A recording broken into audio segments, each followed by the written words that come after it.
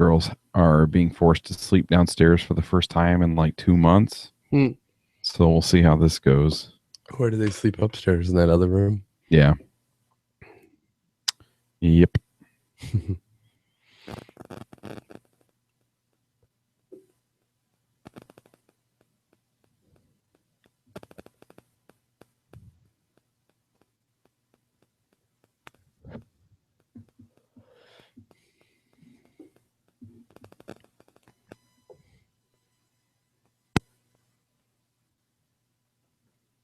Oh, man.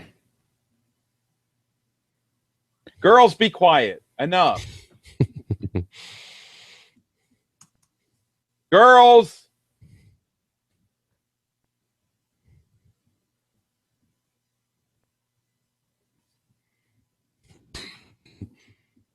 Man, they've pissed me. So they've not been good.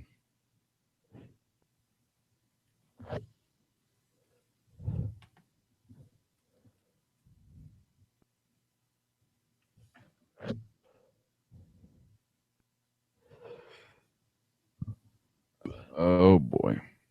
I'm almost ready. Yeah, I'm close. Hey, do you think you girls can stop talking?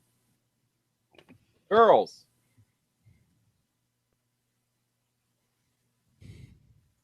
Like I say, girls, and talk to them, and then it's like pure silence. And then like 10 seconds later, they're back. Well, maybe he doesn't know we're here.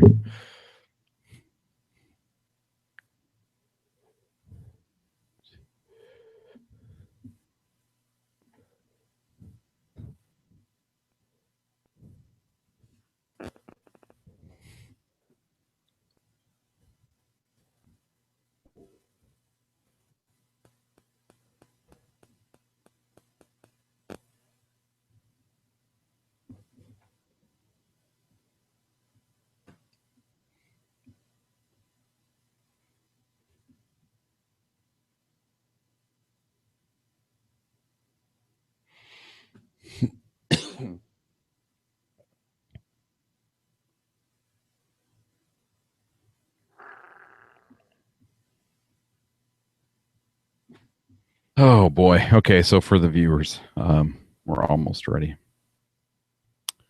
And they are viewers. Hmm.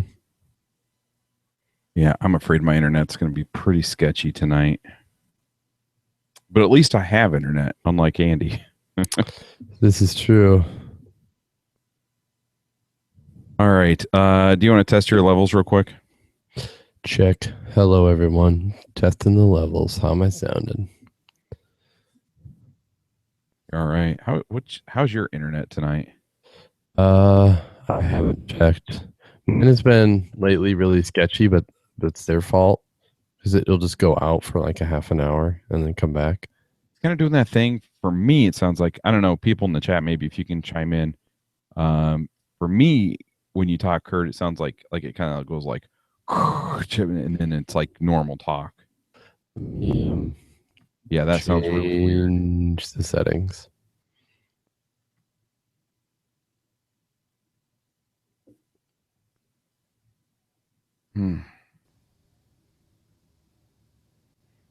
Lower my video. Does it sound any different? Yeah. Yep. Is it better? Yep. I'm gonna switch one more thing. Hold on. Gotta get off the shed comment. Marcus pointed that chat. Kids are get off the shed worthy right now. Yeah, did not go as well as I thought to take Tegan on the bus trip yesterday. Oh, so I didn't really notice any. Nah, but I mean problems. I don't know. It was just that like she was told that she could go, but that like she was to hang out with grandma and grandpa, and it was not. That's what she was doing. That's how she could go. And then like we got off the bus and we were walking down that alley, and she was like hanging all over Tawny and pestering and everything. And I pulled her aside and I was like, "You're supposed to be hanging out with grandma and grandpa, because if she hangs out with them, she'll be good.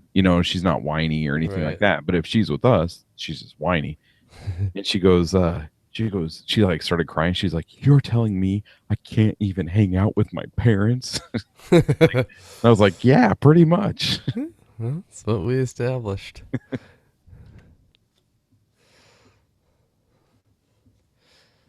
But okay. I think I don't have a muscle flex, Yeah, I don't have a great one. but I think I'm ready on everything else. All right, viewers, we are almost ready. I'm doing a little like crap talking with my friend that's a Giants fan. Hmm. Oh, that was sweet. It's definitely a moment where I thought it wasn't going to happen.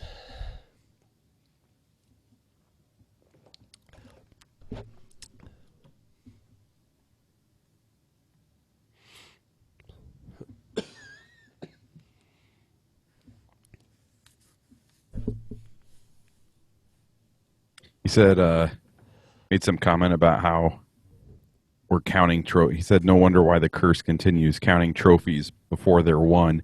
I said, "We're not counting trophies, just 4-game sweeps. We have 4 of them this season." I don't know. We have 3. We have 3 of them.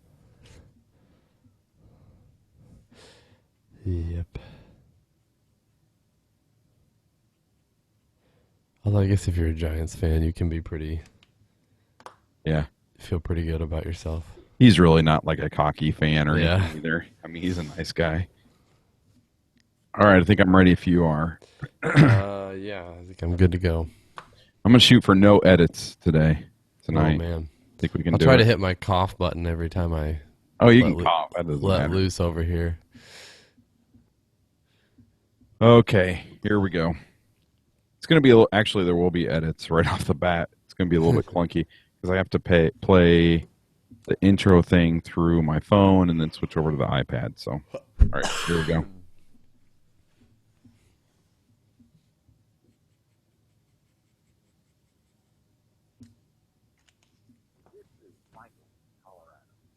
In this episode of Chickens, Beer, Fish.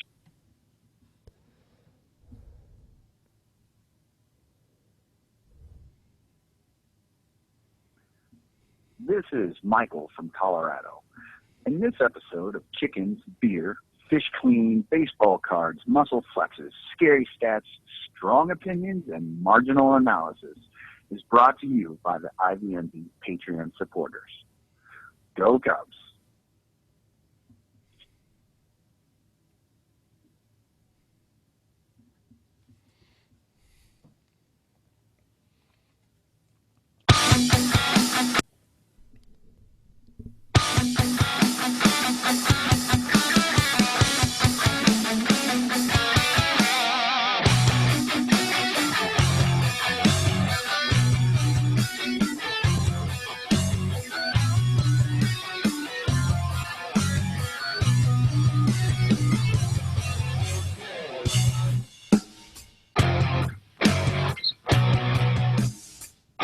Hi, and thanks for downloading this episode of the IVMV podcast. This is our 337th episode. I'm one of your co-hosts. My name is Corey, and I am joined by one other host of this podcast through a Google Plus Hangout. Yep, and the one other is not Andy. It is Kurt. Surprise, surprise. Yeah, it's rarely just me and you. I know, this is We've maybe awkward. done it just a couple times. Yeah, Andy shows up for the fun stuff, bus trips, and then decides that he's going to bail for when work is to be done. Right. Andy is nowhere to be found. Well, I've known Andy for many years, and that's just always been the way he works, Yep. I guess it's silly of us to expect different, I guess. Right. Exactly. Yeah, well, we'll see how long it takes him to come back. Who knows? Yep. So because we use Google Plus, we are able to stream these recordings live. If you go to ivmv.com/live at 8:30 p.m. Central on Sunday evenings, you'll be able to watch it happen. Actually, Andy is not with us tonight because he's in the process of moving, and they don't yet have internet at their house. And I believe he said he has to go like another 8 days without internet. I'm not sure how. Yeah. That'd be tough. Yeah. At least that would be there- tough. He's got his phone. That's he can true, Check man. on the Twitter. Right. You can do about. I mean, I could probably get away with without having with not having internet at our house. Yeah. I don't know. I guess I wouldn't be on the episode right now then. So Yeah, it's kind of funny how much you rely on it. yeah. So Andy gets a little vacation that is surely more stressful than talking about the Cubs and recording since they are moving. But this episode was brought to you by ParkWiz. Actually, I'm going to start that over. Just that. Excuse me. So much for no edits. Yeah. All right. Last week, I actually left an edit in there, and I heard it, and I was like, "Oh, I'm too lazy to fix it." So maybe this one will slip through. We'll see. All right. This episode is brought to you by ParkWiz. If you're driving up to a Cubs game this week to see them play the Brewers, or for any other games this season, check out ParkWiz. If you drive up there, you know that parking in Wrigleyville is a pain. It's expensive, and ParkWiz is a solution to both of those problems. If you go to the ParkWiz ad on the side of our website, ivmb.com, you can pick the game that you'll be going to and then find your parking spots ahead of time.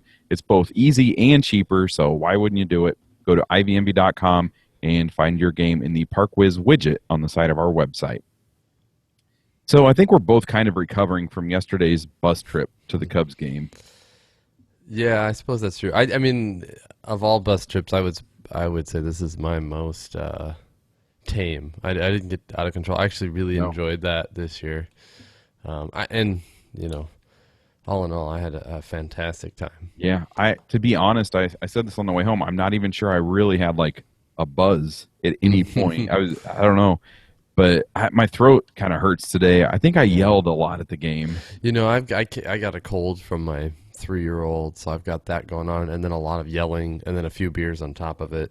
I'm not taking care of myself, but you could probably hear that a little bit in my voice today. But is not because I went nuts on the bus. It's just simply because I have a little bit of a cold. But it was I like the fact that I didn't get too crazy. Probably because I was a little sick, and I think that led to a little more of a more controlled good time yesterday. But it was one of my favorite bus trips.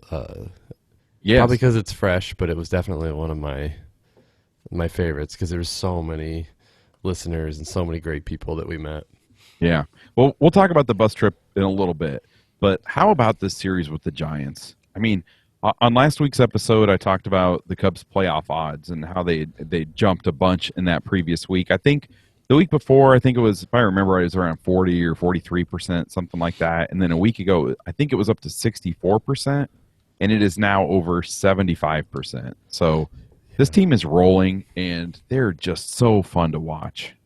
Yeah, and I think we all got a little down after that Phillies series because the Phillies are terrible, and we thought, is this how the second half's going to go? And then, in the words of Coomdog, or no, I'm sorry, of Pat, it was a turning point in the season.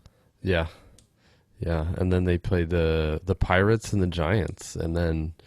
I'm looping in all these other series too, but it's nice to see them against the two teams they're chasing, really perform well. The Pirates, they went 2 of 3 with that one postponed game, and then the sweep, and a 4-game sweep I think is tough, especially against a good team like the Giants. And I think it really came from the offense kind of came back to life finally. We've been talking about this forever. It seems like the offense just kind of being stale, and finally they come to life, and you get good pitching on top of offense, and that's when you sweep. That's how you sweep 4 games against the Giants. Yeah, and the Giants they didn't look good in this series, but they're a good team. Yeah, Hunter Pence looked good. Jeez, Hunter Pence, the child, the major league. He's Henry Rowan-Gardner as a position player. I don't know. We watched him, of course, at the game yesterday, and I was making fun of his practice swings, just like he's so fidgety, the ADD, all that stuff. But you're going to diagnose him with ADD. Oh, I'm sorry. What are let's not jump. Yeah, I don't want to get harassing emails about my diagnosis, but yeah, because I said that a little bit too, because today on the TV, Well, on the TV broadcast, Monday morning PhDs. They talked about It was Len was like, they didn't say ADD, but they're like, they showed him for like a minute straight and like, watch him. He just cannot stand still. And then JD's like, he needs a Fitbit. I heard him And he's say like, that. yeah. And like he starts counting his steps. It was pretty funny. So yeah, I don't know. Yeah, he's good, but yeah. I mean, Yeah, I think he's amazing.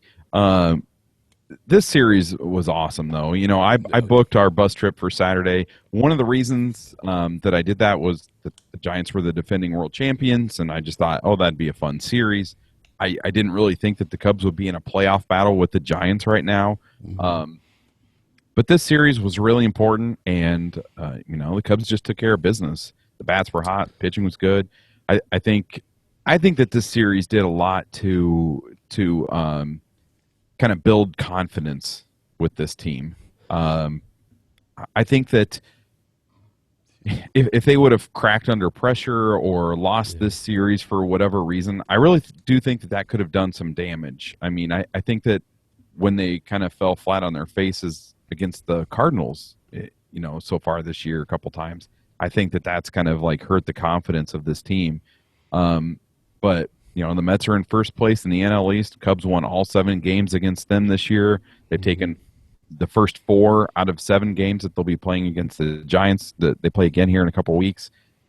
Really, the Cubs just need to figure out the Cardinals. They're playing the Pirates well. yeah. Well, I tell you what, they've been playing all good teams pretty well, except the Cardinals. I think that was one of my scary stats a couple weeks ago. But they really need to figure out the teams who aren't good. I mean, they have not played against against the Brewers. I wonder if some of that is like kind of that midseason. The team is still gelling. They're young, and so maybe they think like, oh, we're just playing this team. They're not that good, and they kind of like cruise control. But I wonder, like, there just seems to be, and I'm going to bring this up later, but especially with the way that Joe Madden kind of approached this Giants series, I think he approached it like a playoff series. And I kind of think maybe that just kind of sets the tone for the rest of the season, that every game matters from here on out. Every game, I think what Joe Madden's saying is if I'm managing this game in early August like a playoff game, then that's how important all of these games are. And I kind of feel like we're going to see them play the weaker teams better from here on out than they have earlier in the season. I hope so. I mean, in the next few series will be a good test for that, because they've got the Brewers, the White Sox, the Tigers, and then the Braves. All those teams are under 500, so that's going to be a good test to kind of see, like, hey, you just beat Pittsburgh in a shortened series. You just swept the Giants. Now can you beat the teams you're supposed to beat, right, that are under 500? But again, going back to this Giants series, I think the biggest key, or the kind of biggest positive for me, is the fact that this is the first series, I think, that really had this much weight to it. The Cubs were a half game back starting it. It really means something. There's playoff implications. And well, then if they would have gotten swept this series, yeah. I mean, it would be really, I mean, you'd be the Giants, right? Yeah, you'd be the one back, they'd have been back 4.5 games. So to see them respond and then win, I guess that's good news in the fact that, like, hey, this, if this is a playoff series, this series matters. Obviously, you go in and you take care of business. So that was really great to see. Yeah, and the pitching matchups really actually worked hugely in their favor in this series, but they didn't have to face Baumgartner. The Giants have other good pitchers, but not as good as him. Yeah. So let's get into the big topic of the week, I guess. I mean, there's a lot of topics, I think, but so Miguel Montero came back from the DL. The Cubs were forced to kind of have basically they were forced into some tough roster decisions, I guess. The front office and Joe Madden, they wanted to keep Kyle Schwarber, keep his bat in the lineup, and that meant he was going to get significant playing time in left field. And at that point, it kind of became a chain reaction, moving players, and the players that they wanted to keep in the lineup, and then ultimately the dominoes fell, and Starlin Castro was the odd man out. Yeah, and it's supposed we've been kind of defending him, but I guess this is obviously the right move as far as I'm concerned. Well, He hasn't I been. think our defense of him is that he's not. I think Well, I think it's that we just thought he didn't deserve the attacks. well, and I think Like we get also that feel we like know he's not playing well. Like we're not right. dumb. Oh but- yeah, but I think we also feel like this that we're seeing this year is not the real Right. Starlin Castro, and I don't know if the 300 hitter is the real Starlin Castro either. But it kind of felt like people were focusing on this year and kind of Right. projecting. And my internet muscle flex will be an example of that. But anyways, go ahead. Sorry. But yeah, I mean, of course, if too, I think in addition to that is that if he's going to have a bad year, why wouldn't you want it to be when everybody else seems to be playing pretty well, and you got all these young kids coming up, they can fill in the gaps. Anyways, that's a whole other conversation. But as far as Starlin this year, I mean, it just I think the pressure behind him made this decision inevitable. You know, Russell's not been great offensively, but he's been good enough.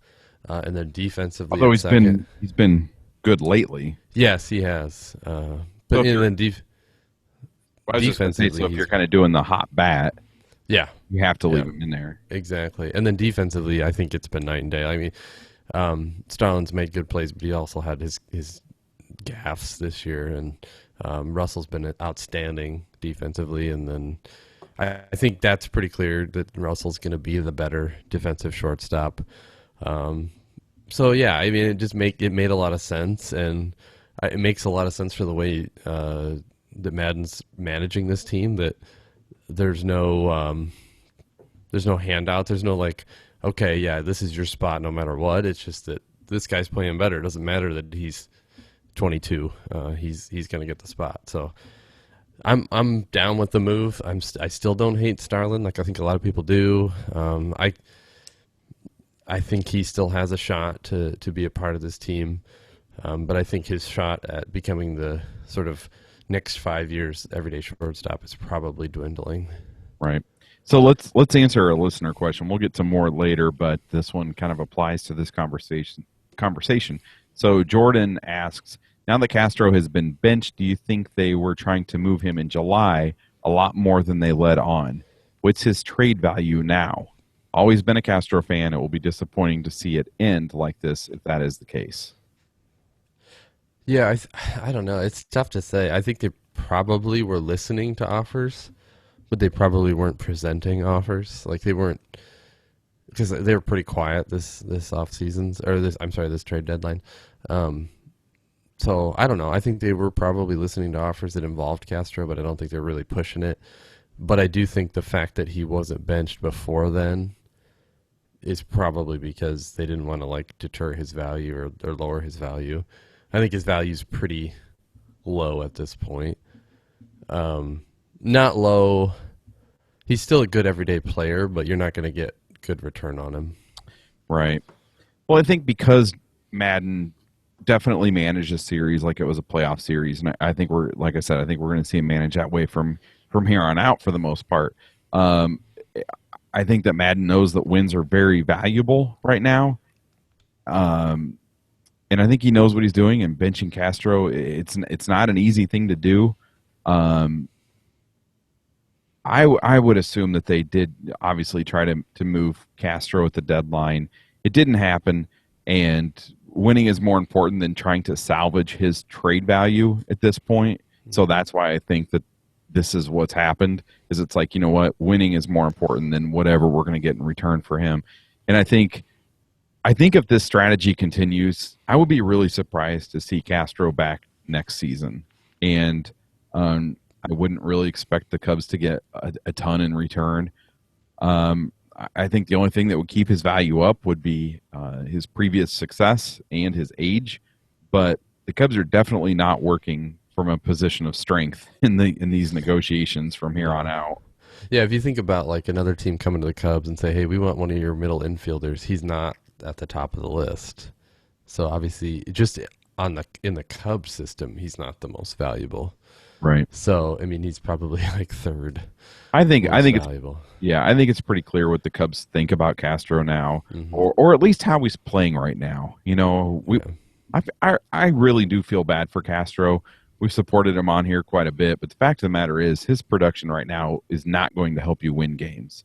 No. And I feel bad that he has to sit in the dugout with a hoodie on, but I think that's the right move. And Yeah, I do too.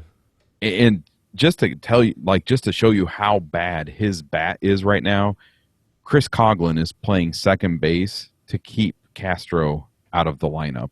And I think that's pretty telling because Chris Coughlin does not look smooth at second base. No, he doesn't, and that's to be expected just because he hasn't done it in a while. But you're right that like if you're going to give up that much defensively, because you'd think a Castro at second would be a better defensive option than Coughlin, Right. and that Coughlin's bat is that much of a difference. Yeah. And it's also that this is still, this is a really young infield. And it went from being like, well, at least there's two people to kind of anchor that infield defensively that have played together, for a number of years in Rizzo and Castro. And now it's like you've got three guys in the infield now. Like Rizzo's your only guy that has some experience in the infield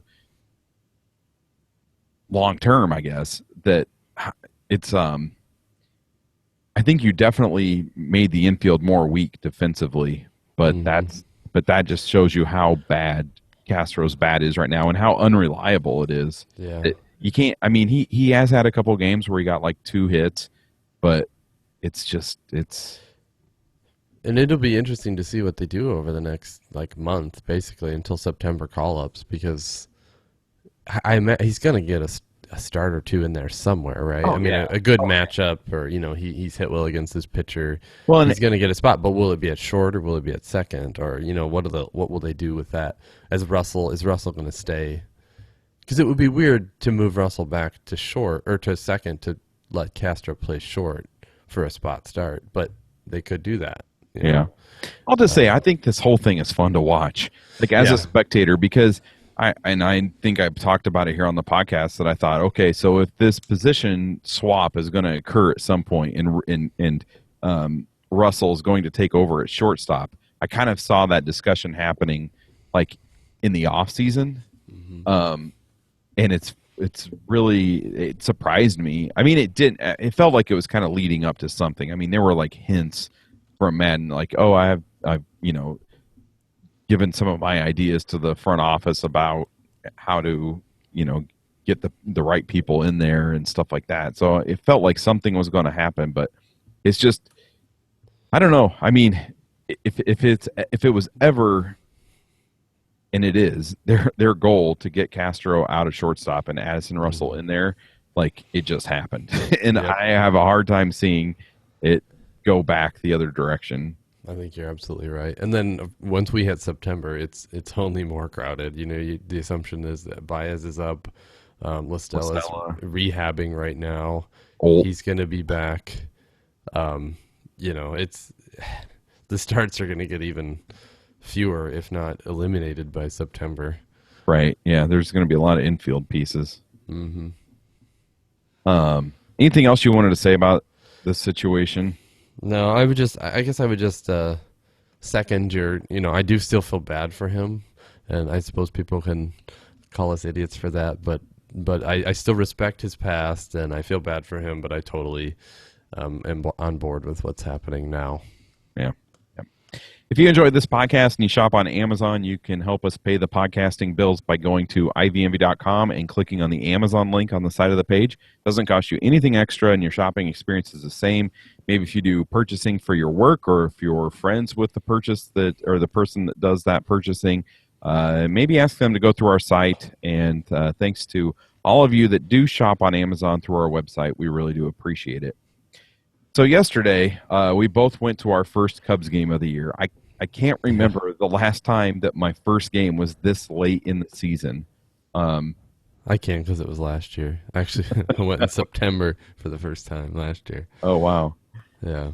I can't remember who I was talking with on the bus. I think maybe it was Tori or Ryan from Des Moines, but I I said that I've actually been really content watching these games on TV and listening on the radio because it's just been such an exciting team to watch. And in previous years, the last 4 or 5 years, maybe I've needed that ballpark experience to enjoy watching this team. Yeah. And I've just had so much fun that it's really hasn't bothered me to.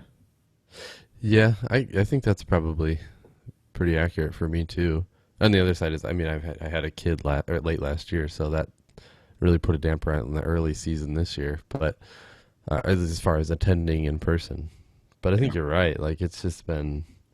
I've been totally content. Like normally, like last number of years, the radio hasn't even really been. That doesn't keep my attention. If I'm going to actually take a ball game in, the best way for me to do it was watching TV. But this year, I've been totally fine listening on the radio. Yeah, I do a lot of that too, but I always have. But yeah, it's definitely a complete new thing for us, I think, to have a team that's way better than last year. And our expectation is they're only going to get better. Like it's very surreal. And then to go see it for the first time is, yeah. And then they played as well as we hoped they would. And yeah, it was fun to sit there and be like, sit there and it's like, oh, Schwarber. Oh, that's cool. I haven't seen him bat in a while in person.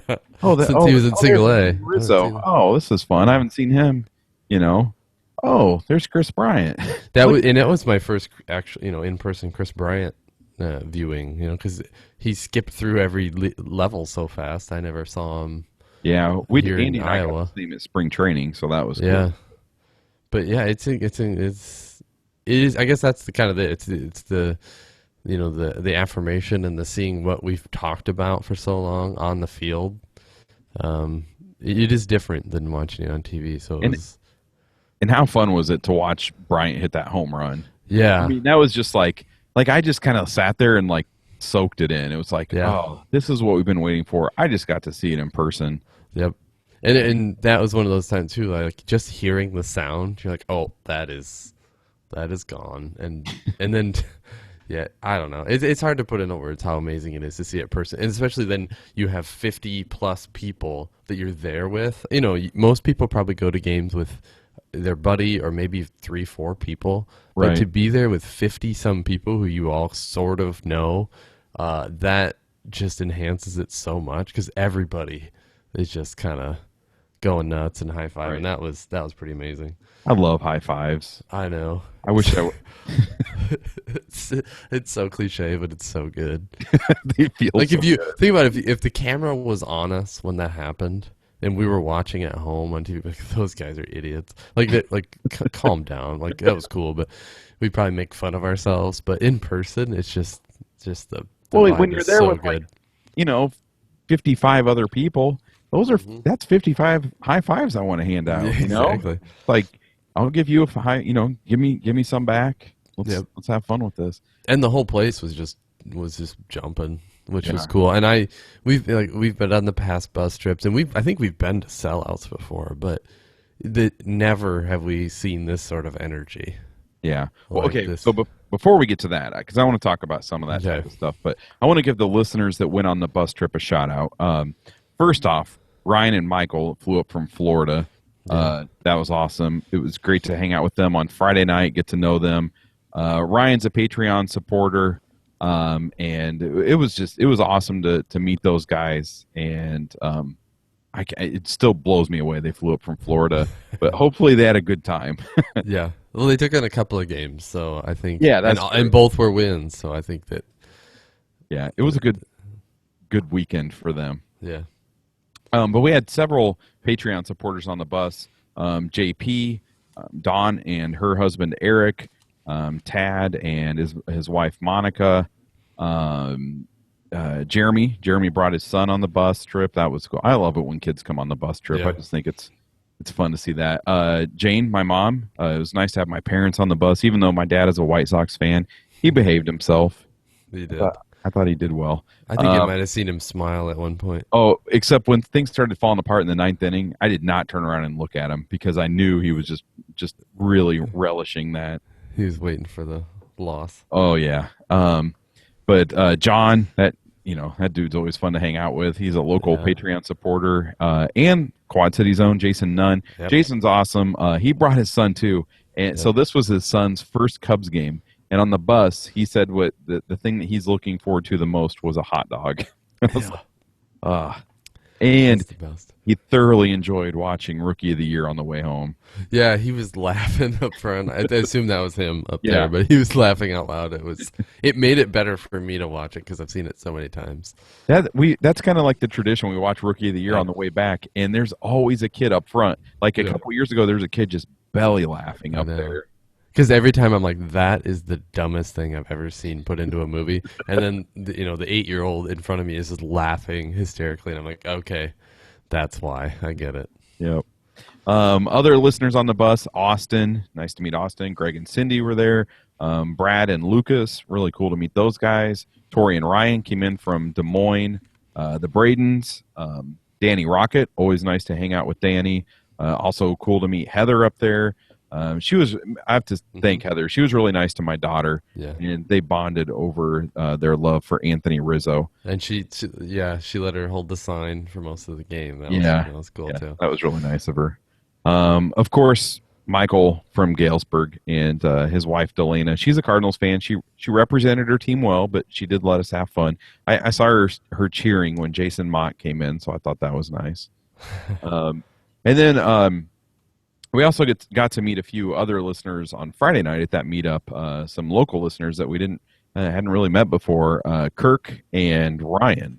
So just a fun weekend. Yeah, it's good to meet these people in person that are sort of Facebook avatars, and you sort of get a sense of your personalities through comments and things, but then just great to see everybody in person. Yeah, definitely. Weather was awesome. Yeah. But It felt like air conditioning inside Wrigley. Yeah, it did. It felt really nice. So I thought maybe we could share our thoughts on the renovations so far, since this was our first game since everything. What'd you think of the boards? I actually really, really loved them. The one sort of disclaimer is that we were sitting, what was it, section 115, so kind of 250. 215, sorry, under the awning. So the left field board, we had a quarter view of it, so couldn't really see the whole thing. But then the right field board, we could see most of it. I really liked it. I think they were tastefully done.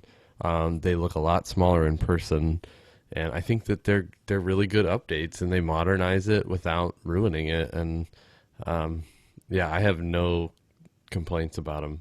Yeah, I thought they looked awesome. They looked so nice. Like I was talking to the guys from Des Moines next to me, and I was like, it looks like it's painted on there. Like that quality of video, whatever technology they have, is really, really nice. And I agree with you. I mean, I sat back and I tried to look at it from like the perspective of and I think in a way we are, but in a someone more of a traditionalist than we are. And I sat back in my seat and just kind of looked at Wrigley, and those two boards and any other changes that they've made, video boards, things like that, in no way impacted the vibe of the ballpark. I did not think so.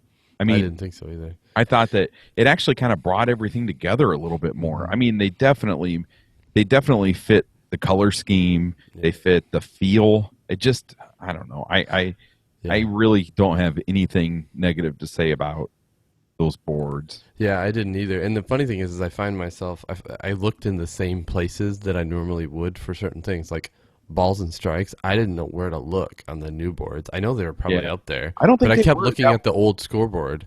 So like there are certain things you just look at the old scoreboard. That was my natural reaction. And the boards for me were just about like replays or it was so awesome to have those replays and in like such when the things good were challenged. Yep.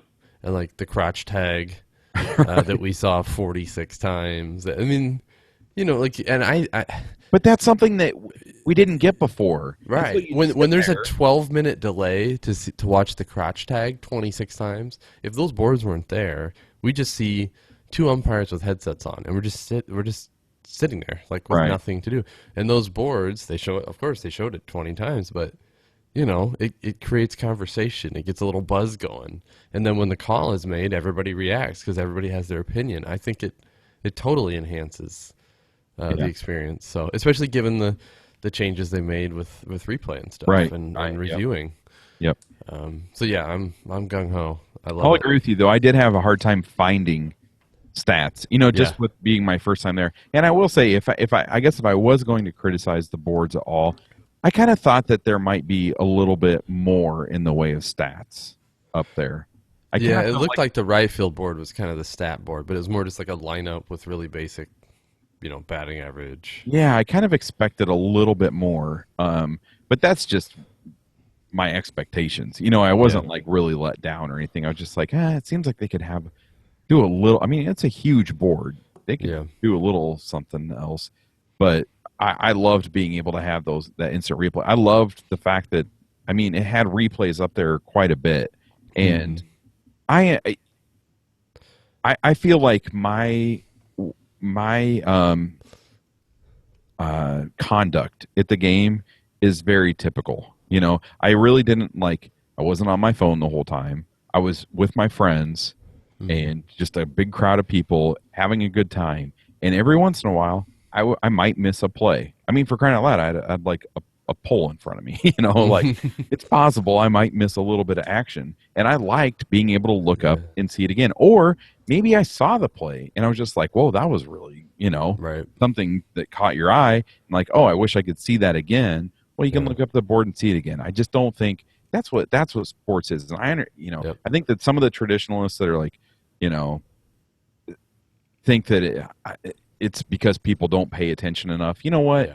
Our group, I think, represented everyone in our section and everyone in our area well, and everybody was like really paying attention to this game. It was a fun game to watch. It was a game that was important, and it was just, I don't know. I loved having that extra opportunity to see a play, like you said, see the replays, see the stats, all that kind of stuff. So anyway, yep, I'm down. You kind of hinted at this earlier, and I've heard people say that games right now kind of have a playoff vibe, and you said that you felt there was more energy in the ballpark than maybe other sellouts that we've been to. Yeah, and maybe that's just because it was so fresh and new. It just happened, but it did feel different. It felt like people are more involved. Everybody was into it more. I don't know. I think I'm sort of off the cuff here. I think this is the first time I've been to a game. Yeah, it has to be where they're, in contention for a playoff spot. All those previous playoff runs I've seen on TV. I didn't see in person. So definitely was a different vibe for me. Yeah, I think it was a different vibe. But after hearing right now that has a playoff vibe. That's what I heard. I think my expectations were a little high. I think there's definitely excitement in the ballpark, but I think actual playoffs would be a lot more loud and a lot more. I think it is definitely a better vibe, a more exciting vibe than what we've seen over the last number of years. But I don't think it was quite playoff. But what I think, and I had this discussion a little bit. I forget, maybe it was Danny next to me, but when you're at a game in August, the people there are just fans. They bought a ticket to a game in August against the Giants. You get to the playoffs, it gets a little full of people who just have the money to buy the playoff tickets. Let's be honest. Right. I do think the vibe maybe is. I've never been to one. This is all just my guess, but the vibe might be a little different. Like when you go there, it's just your everyday fan who's at a game, and I think it's a little more casual's not the right word, but just the sort of, the everyday fan versus like somebody who can afford a playoff ticket. Because I probably can't. Right. So step it up. That could change. I know. Buy us playoff tickets, Patreon supporters. Our full year of Patreon probably couldn't buy us World Series tickets. Right. In the chat, they want to know what beer we're drinking tonight. Oh, I actually have. This is what I drank on the bus, which I didn't drink many of them, but I have a Founders All Day IPA because And it's low JP alcohol. brought some beer on that bus. He wasn't Oh, messing around. jeez. JP, it would have been awesome if you would have given that to me about a half hour earlier. Yeah, yeah. JP got on late in like Aurora, and he brought what was it called, Dragon's Milk or something like Yeah. that. And it was 11%. 11%, and it tasted great. But It did, yeah. all I could think is like, I wish I wasn't drinking this on a bus.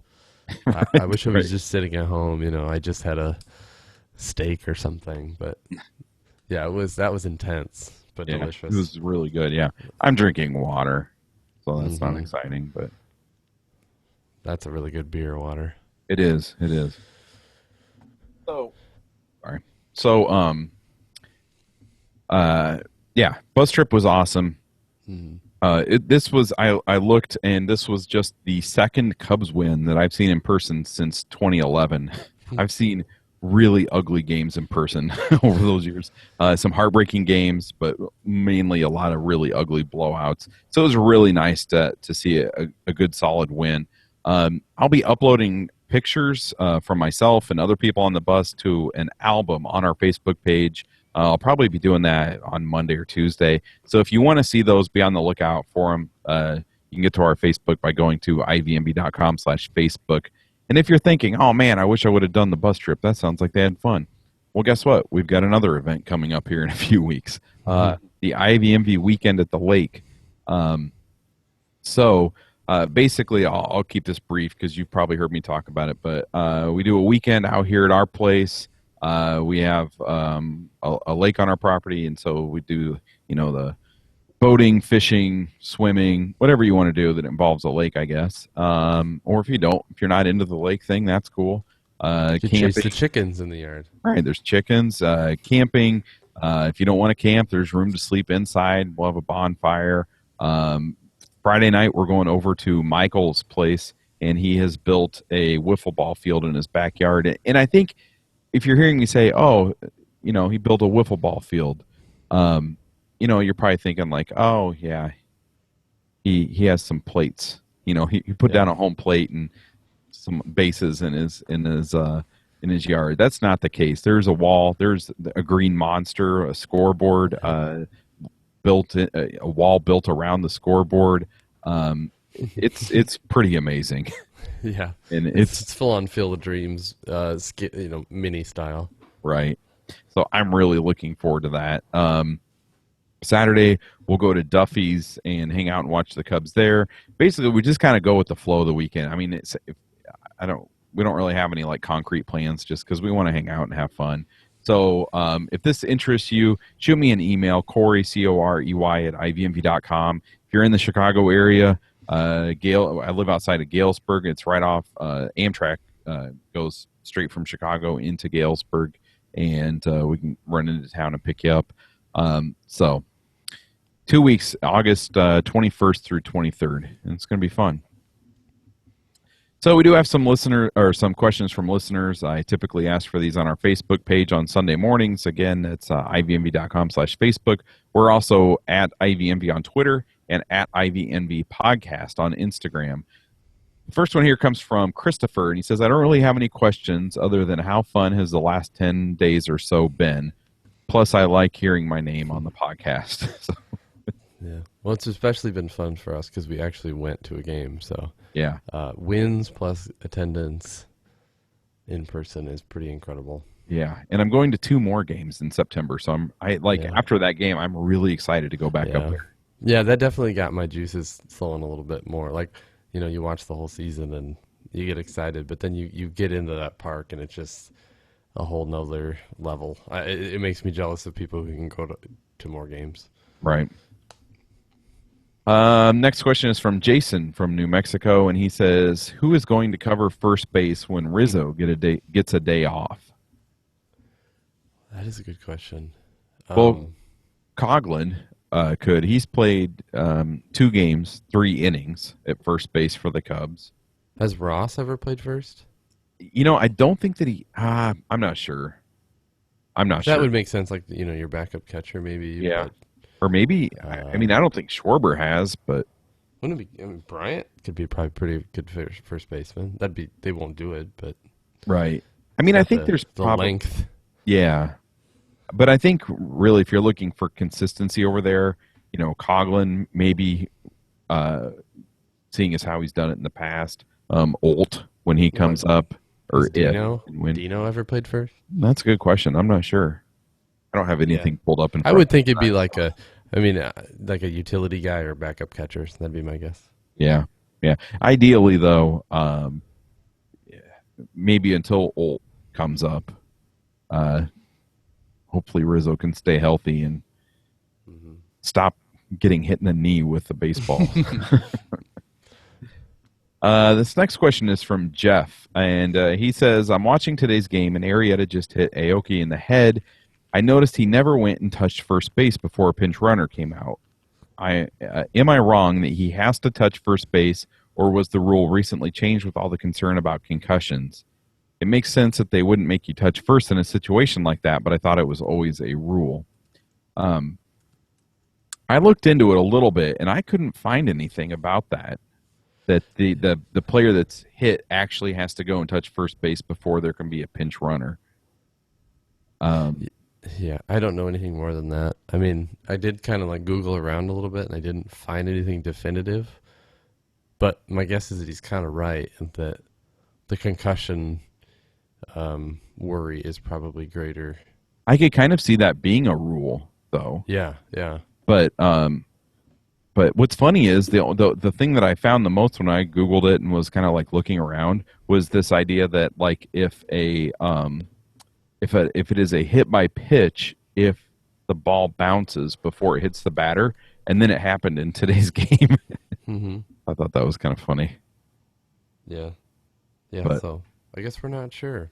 Yeah, I honestly am not sure. Obviously, if it was ever a rule, I guess it's not now. Yeah. That would be kind of ridiculous if they did make him like walk down there with assistants to touch first base and then go into the dugout. Yeah. Or I'm sure he was shaken up, but we've seen worse hit by pitches. So Yeah.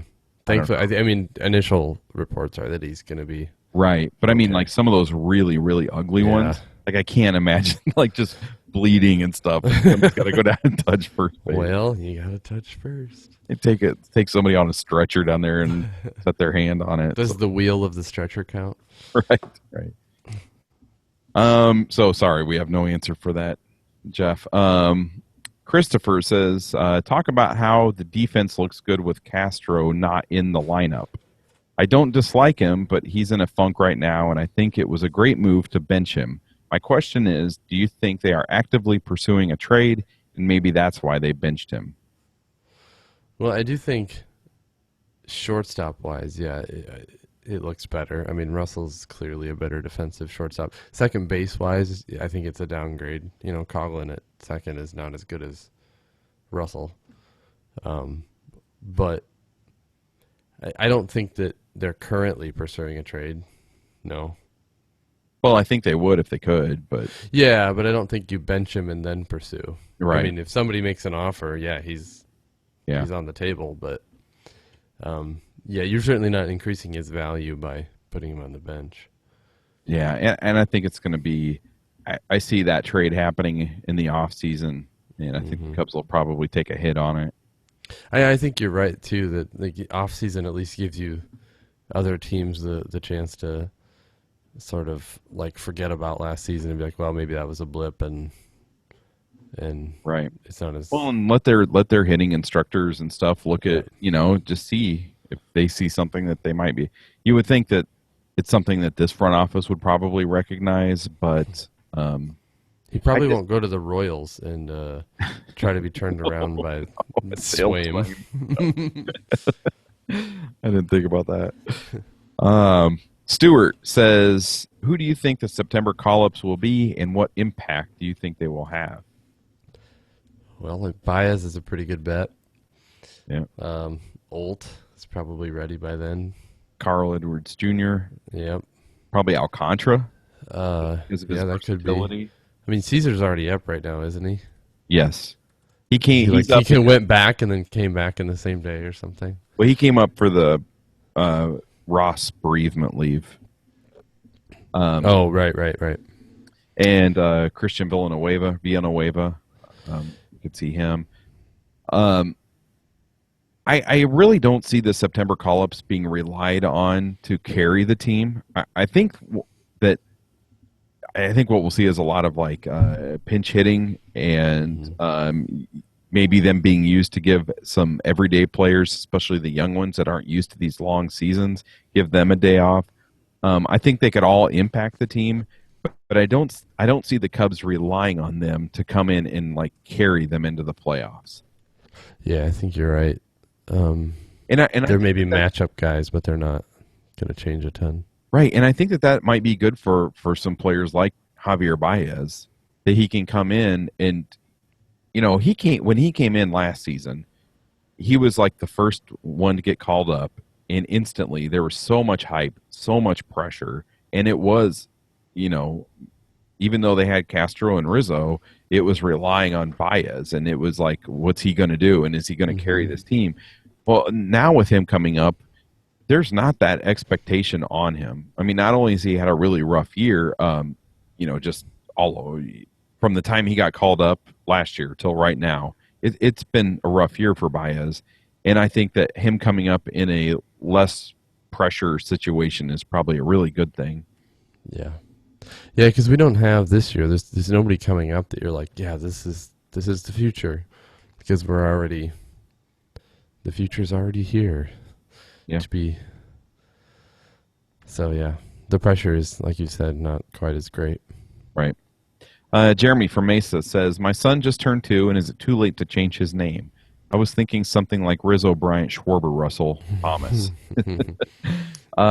He said, I'll hang up and listen. I love that comment. I'll hang up and listen. I've been on hold for 6 hours. I'll hang up and listen.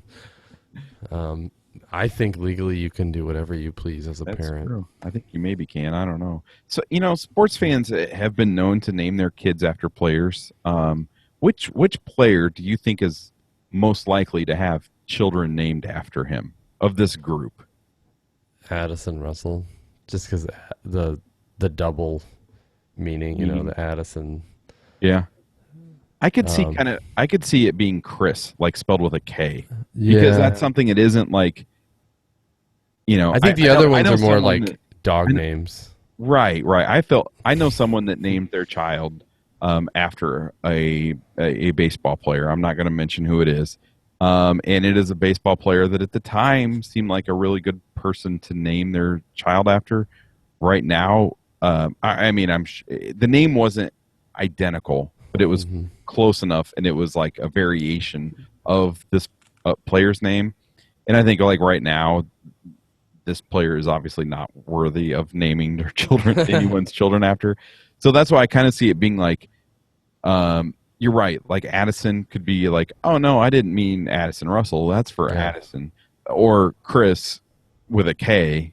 There's a lot of Chris's with K's out there. So, like you hear somebody named Ryan, and it was a Ryan Sandberg. See, like I said before, like I'm more inclined to name my pets after baseball players versus my children. Right.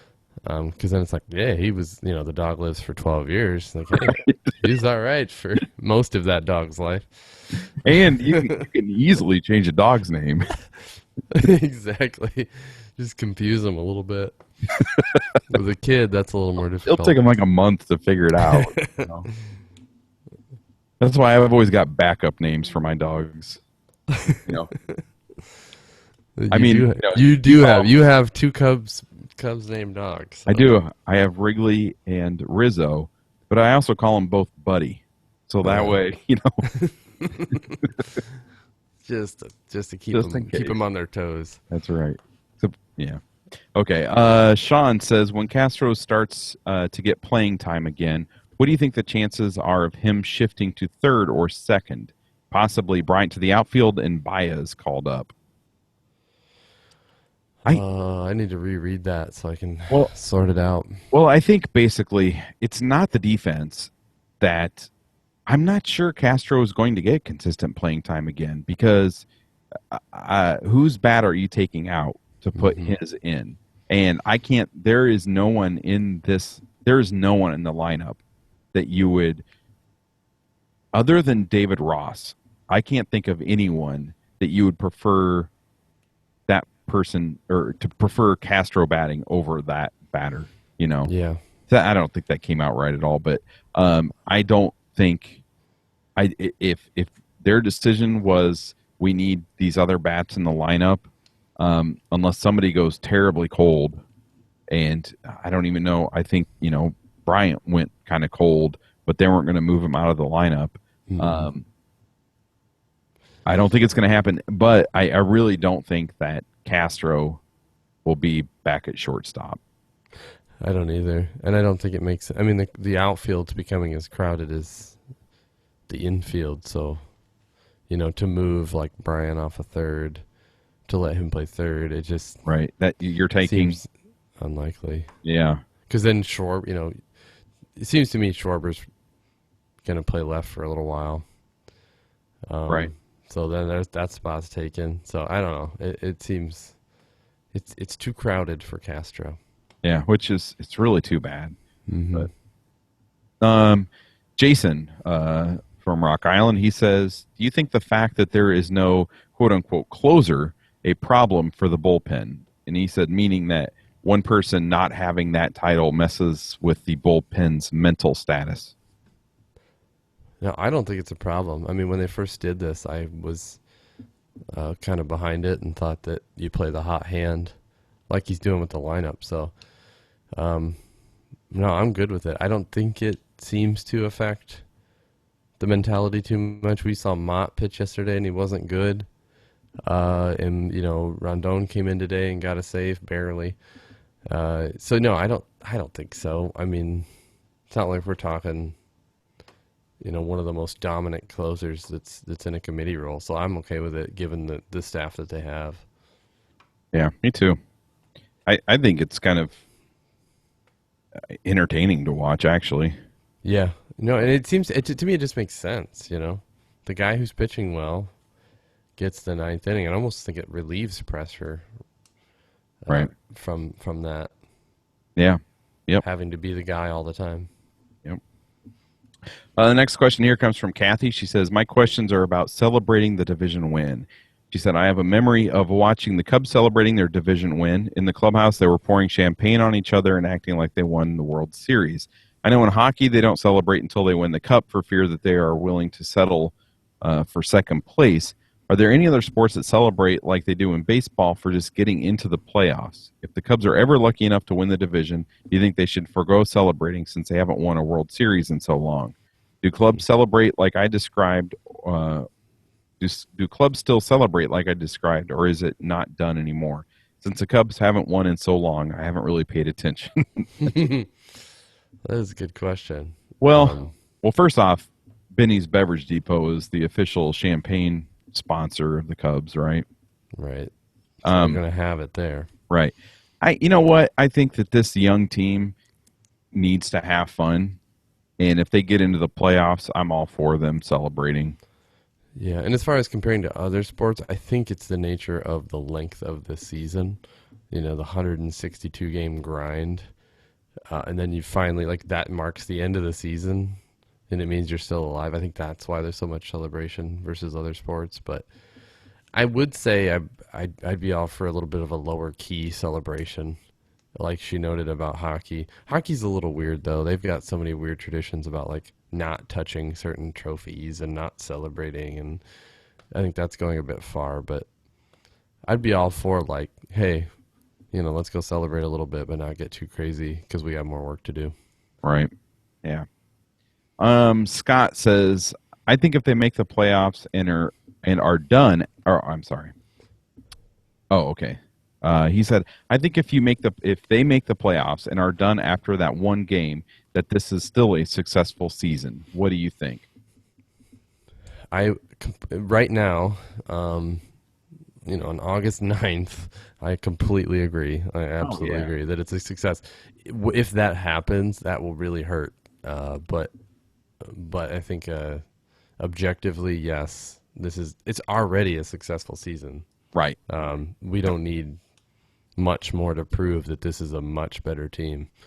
But as a fan, losing a one-game playoff, that's going to hurt pretty badly. Yeah. Yep. It'll hurt, but and that's I think we talked about this on the last episode. I really hope fans don't, if the Cubs don't get into the playoffs or lose that one game play-in thing, I hope that they don't see this as a failure and kind of like freak out about it and think there needs to be big changes. I mean, this front office is not going to make. I mean, well, they're going to make changes. Well, yeah, they're going to make changes, but it's not like, oh, give up on insert young player's name that did not perform great down the stretch. I don't think that's going to happen. So I'm going with my they've already exceeded my expectations for this season, and I'm happy. Yeah, me too. Although, listen to the podcast after that game and hear our reactions. Yeah. Jason from New Mexico has another one here. When is it appropriate to use we when referring to the Cubs? Obviously, we didn't play on the field, but when talking about the standings, is it okay to use we? My personal standard is that we is always acceptable as long as you don't do we won and they lost type of thing. So when the Cubs win, it's a we, but then when the Cubs lose, it's they. Generally speaking, I don't use we. Sometimes I slip. I know, but yeah. It is a rule for me not to use we. I try not to. But I can't really tell you why. I think it just sounds weird. Yeah. But it doesn't like offend me when I hear other fans do it. It's just something I try to not do. But I don't have a problem with it at all. Yeah. Yeah, I think it definitely means you're a hardcore fan, so. Yeah. Maybe that's just it. Is like some of the fans that are like way over the top when they use it, then it rubs you the wrong way. Yeah. So, like if a Cardinals fan says we, you want to punch him. Right. Ryan says, do you ever heckle players when you go to games? And if so, what are your favorite lines?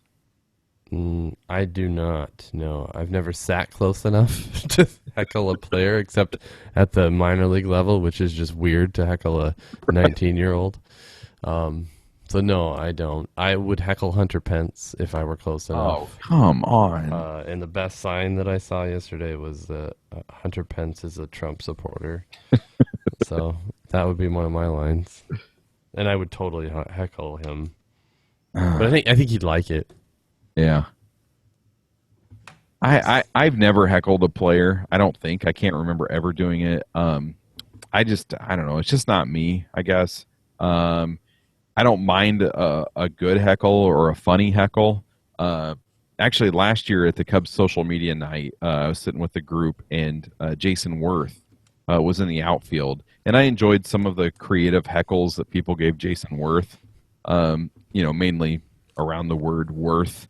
And those were just kind of funny. I don't really enjoy the whole just like you suck, that or anything involving like vulgarities and stuff. I don't know. It's just not me. It doesn't really appeal to me. And I know that I've sat with people who I think only go to games to be able to scream at players, and I don't really understand that.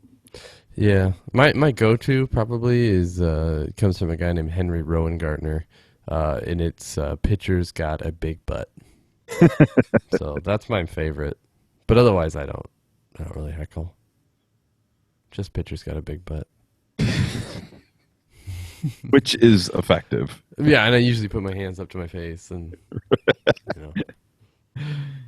All right. So thanks to everybody that sent those in. Hopefully I didn't miss any of them. And if I missed yours, I'm really sorry. One thing before we move on here, a listener emailed me yesterday or today, I can't remember, and said that they have 2 Iowa Cubs ticket vouchers for any game for the remainder of the season.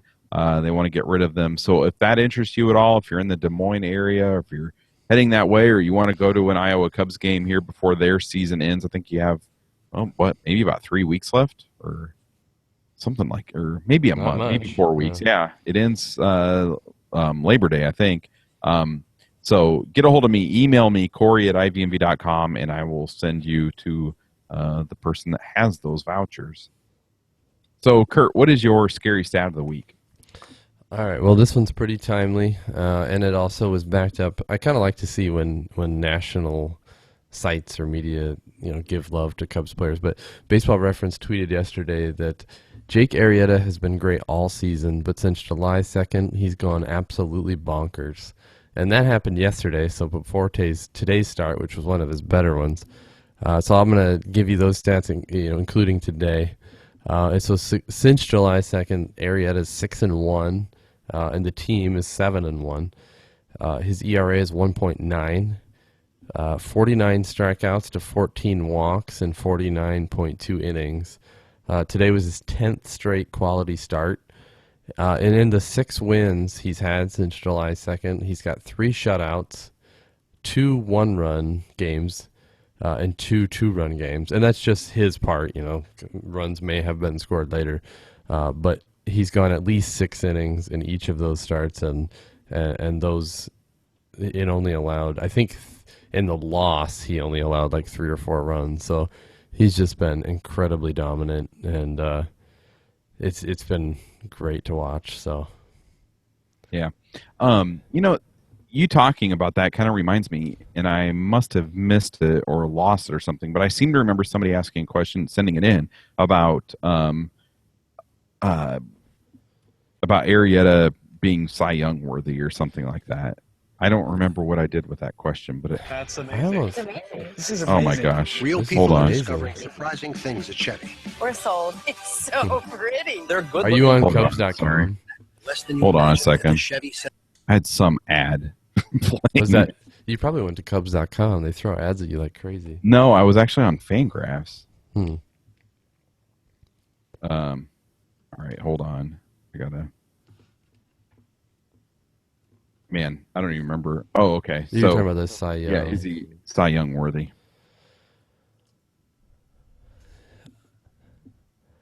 Yeah, it would be hard to probably make that argument against like a Kershaw or something, but at this point, he's definitely Sure. the way he's pitching now. Yeah, Scherzer would be tough, but yeah, if it were half a season, I suppose you could, but it's unlikely. But I think he's pitching at that level.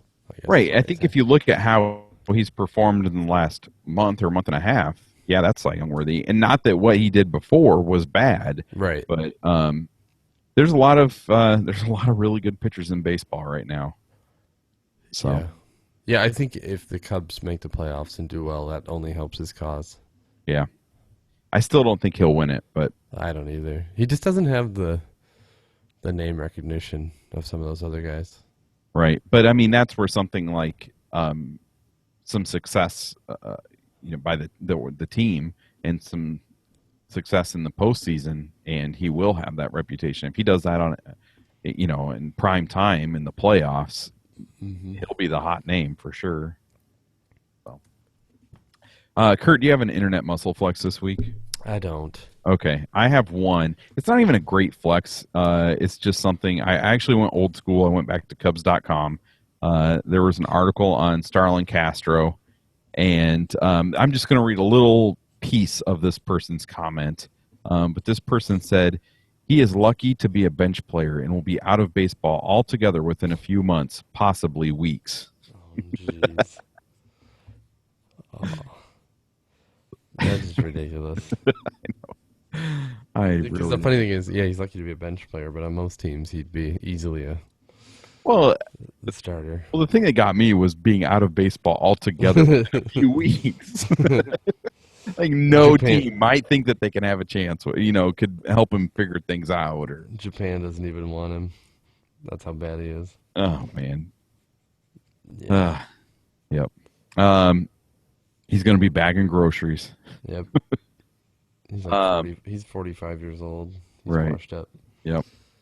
All right. So on the last episode, we asked a question, and we asked you to leave us voicemail through our app or by calling the voicemail line. And I said that we would play it at the end of this episode. The question was, if the Cubs got into a one-game wild card play-in game, who would you want the Cubs to send to the mound? And we will include those voicemails at the end of this show, so stick around for those. And then we have a question for you to play on the midweek episode, the next episode. And the question this time is, are the Cubs doing the right thing by benching Starlin Castro? So if you don't have our app and you have an iPhone or an Android phone, it's totally free. Just go to ivmv.com/iOS or ivmv.com/Android on your phone and download it. You can find it in the stores too. You can call the show by tapping the contact within the app, and then it says call the show. If you don't have a smartphone, you can call our voicemail line. It's 309-517-0624. Again, that phone number is 309-517-0624. And just save that number in your phone whenever you have a thought about the Cubs or whatever. Just call the voicemail line, and we'd like to include those on our show. Again, the question is, do you think the Cubs did the right thing by benching Starlin Castro? Gosh dang it. I'm going to have another edit here.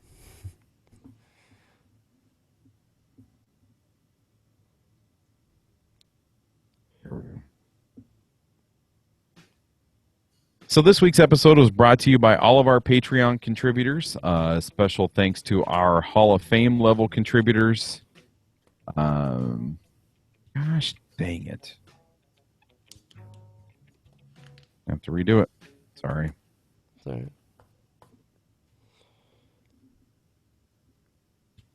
So this week's episode was brought to you by all of our Hall of Fame Patreon contributors. Gosh. Dang it. One more time. This week's episode is brought to you by all of our Why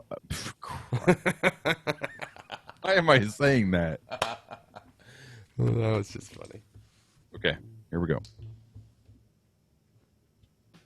This week's episode was brought to you by all of our Patreon contributors. A special thanks to our Hall of Fame level contributors.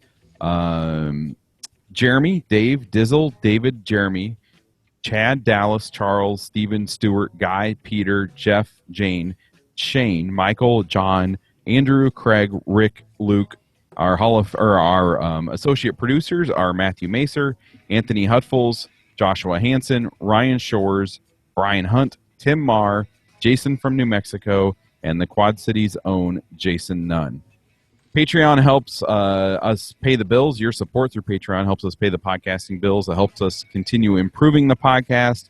If you'd like to join the ranks as a Patreon supporter of this podcast, you can go to patreon.com/IVNV. And we'd like to thank Todd Stapleman Jr. and Ryan Liebach. Hopefully I said that last name right. I apologize if I didn't. They recently joined the Patreon campaign. Thanks a lot to those guys. Again, go to patreon.com/IVNV. That's patreon.com/IVNV. So, this Cubs team, it's been a ton of fun to watch this season. And I think that even casual Cubs fans are starting to get really excited. So if you have any friends that are Cubs fans, or you work or go to school with Cubs fans, we'd really appreciate it if you would tell them about our podcast. So thanks for listening to this episode. The Cubs get Monday off, and then they host the Brewers for a 3-game series. That's Tuesday through Thursday at Wrigley Field. And we'll be back on Wednesday night with the midweek episode of this podcast. And until then, go Cubs.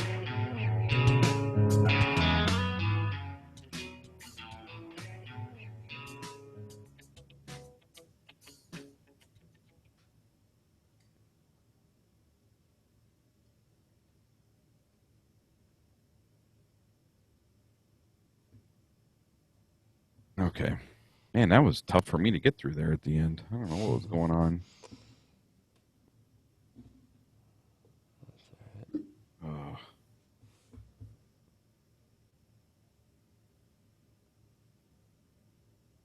I have to go back to work tomorrow. I know. Oh, well. So your summer's over. It's over. I do too. I was about to say I do too, but then I'm like, It's over, man. I worked last week, so it's not that big a deal.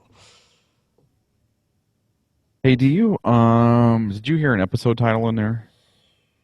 I didn't. I didn't really hear one. I didn't write anything down.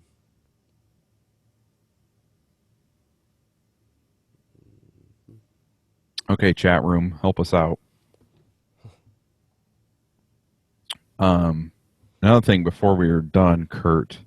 I talked with you about doing some What graphic. do you look for in an What the antidepressant? hell, man? It just has to dry. You know what I look for in an antidepressant? Have you tried new? You can hear that? Care? Yeah.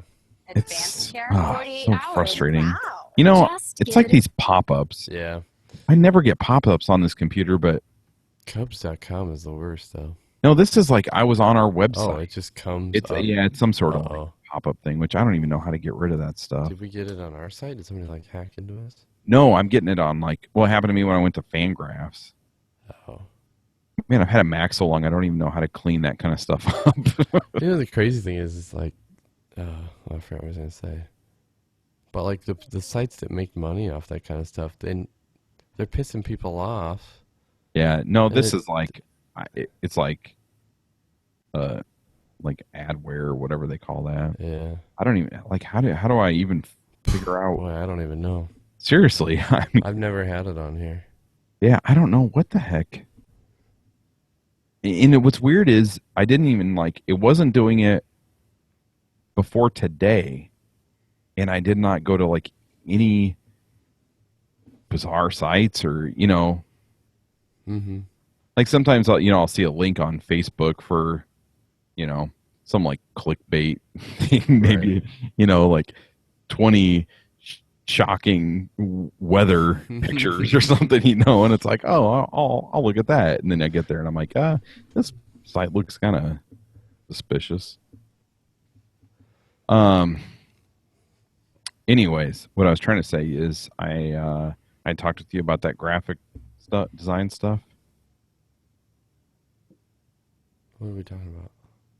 Not for ID. okay, yeah. Yeah. Gotcha. So I will probably send you an email this week about Oh. that. Sweet.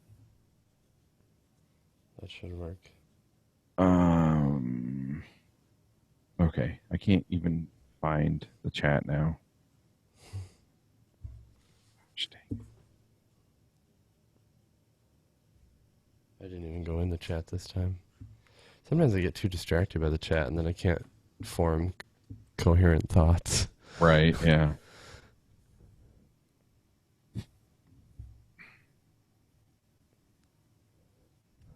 God, I'm so tired. Yeah, me too. I did try to take a nap today, but the kids did not allow that. Yeah. And I just found out that my first day back, our childcare for tomorrow just bailed on us. Gosh. That sucks. So when do the girls go back to school? They go back a week from tomorrow. Mm.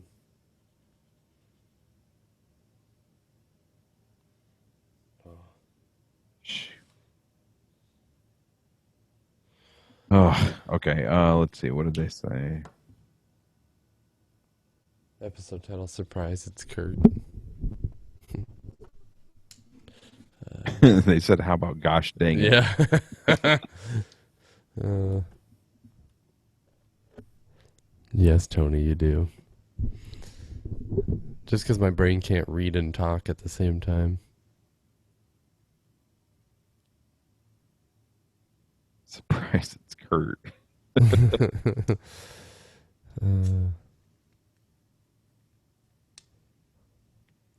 I really didn't hear like a good one in there. I didn't either. We didn't roll over laughing at anything. No. We could call it. Maybe I'll just do like I think you should Astro call- Benched or something like that. Yeah.